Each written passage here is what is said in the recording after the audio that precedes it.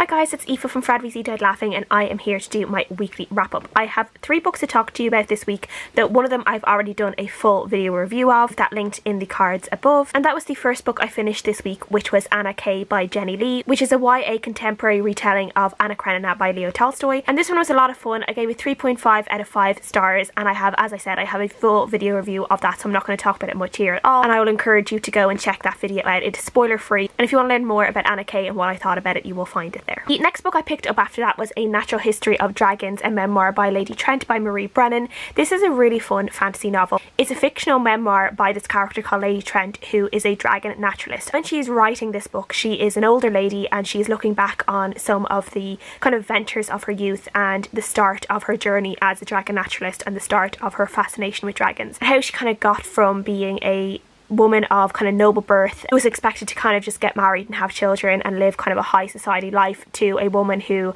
has literally spent her life like going through forests and mountains and swamps and in all sorts of different predicaments and exploring dragons and becoming a expert in dragons. We are following Isabella from the time she was quite young, and we are learning kind of how her fascination with dragons started and then her first proper dragon adventure. And we learn how she kind of, as a woman in a world where women are expected to kind of stay at home and have children and kind of live kind of smaller lives, how as a woman she was able to kind of explore her dreams and make her dreams as to become a dragon expert, and how she was starting to able to make those dreams come true.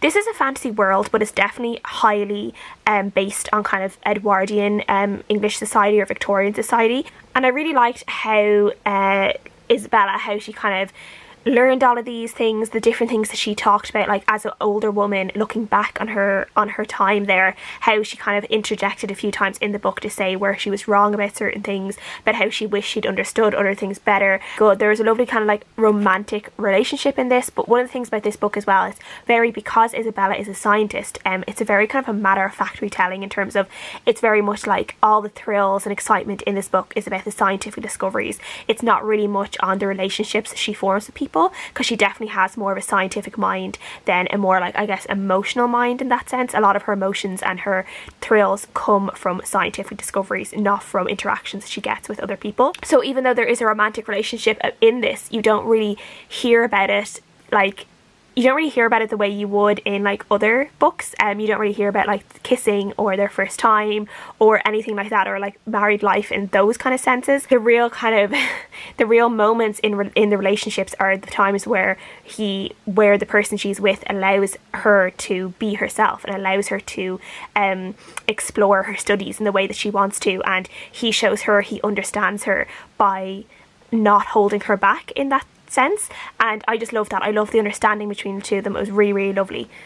So this book is really fun. I just loved the way dragons were told in it. There were some kind of upsetting moments in this where like dragons were shot to aid scientific discovery, and I don't, obviously as an animal lover, I don't really agree with that about like animals being killed like needlessly. There are a lot of arguments to be had there about like, you know, like animals being used for science and animals to be used for like drug research and stuff like that, and where like at what point is it too much. Like I would always say that an animal should never suffer, but a lot of other people would think differently in that sense. And yeah, there's some moments in this book where I was a bit like, I'm not sure if I like that, but a lot of those kind of things happen to animals in our own world years and years ago. They still kind of happen today, and it's no exception in this book, and it's just to do with dragons, unfortunately.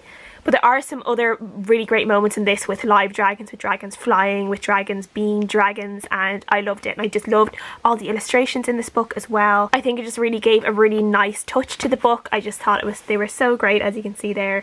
And yeah, it was just so much fun to read, and I definitely will be continuing on with this series. And it's definitely just a real kind of almost feminist adventure with dragons. And yeah, I love this. So I gave it a 4 out of 5 stars.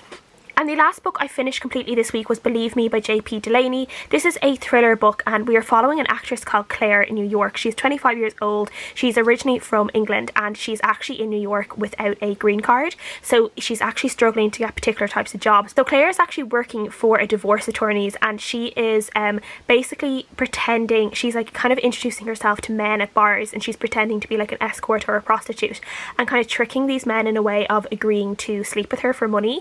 And what she's actually doing is she's working basically for those men's wives to see if they actually are cheating on them or not. So through the divorce attorney, she is being hired to do this, and she's actually really, really good at it. In this book, it's kind of like forced on the reader that Claire is like this amazing actress, and you know, she's brilliant at everything she does, and she's really good at like stepping into these roles and completely becoming these characters that she's supposed to be.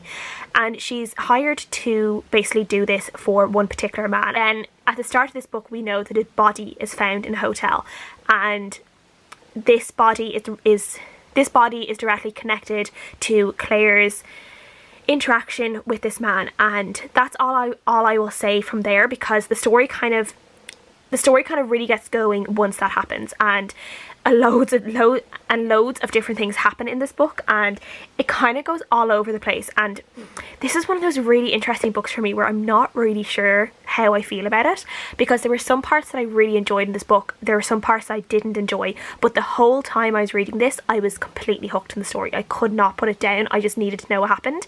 But I'm not sure if it was like the best story ever, because I think some of it was just a little bit too wacky in a way. And then I also am not 100% sure if everything that happened in this book is completely believable either. I think it is quite unbelievable what happened in the book. The way this book dealt with serial killers and the type of story that was surrounding this serial killer was really interesting, and I really enjoyed that. It definitely reminded me of something you'd see on like Criminal Minds or like a TV show. And yeah, that was really, really interesting, and I thought that the author did that really, really well. There were parts of this book that I didn't really enjoy, that because Claire is an actress, she pretends to like be watching herself from afar sometimes, some of the interactions she has, and the dialogue becomes like a script version in the book. So you're reading it as if it is a script, and I just didn't enjoy that, just from my own personal reading preference. It's not something that I really enjoyed in the book and the way it was inserted in the book, and I didn't really enjoy Claire as a character. I just found her really insufferable, and one of these characters that everything that happens in her life that goes wrong, she blames on her childhood, and she blames it on her being a foster child and not having a really good childhood and all of this, and like everything that goes wrong in her life is directly related back to the fact that she didn't have a real family growing up, and she's a major fuck up because of that. And she never really seems to like really try and build upon herself as a character and really make things better for herself. She just constantly makes things worse, and she's just one of those really frustrating characters in that way. As I said, this is one that I just can't really figure out myself. It's one that I'll probably be thinking about for a while, and at the moment it's a 3 out of 5 stars, because it was one where there are parts of it that I just really didn't enjoy, there are parts of it that I loved. There was one thing that I really, really wanted to happen in the book, which I can't actually say too much because it would be a spoiler, and it's one of those books I don't want to say too much about. There's one thing that I really would have loved to have happened that didn't happen, but it was probably because it was probably a bit too dark for it to happen, and I'm just like, I can just be a really weird reader sometimes, and I like authors that will push those boundaries a little bit, and I was really hoping the author would really push the boundaries with this one, and he tried to do it a little bit, but he didn't quite go as far as I wanted him to. If you've read this book, I would really, really love to know what people think down below. Please leave me a comment if you have read Believe Me and what you thought of it, because I would love to discuss it a little bit more with people, because yeah, I just have so many different thoughts about it. So that is everything I've read this week. As I said, please leave me any comments below. I hope everyone is having a really great week, and I'll see you guys again next time. Bye!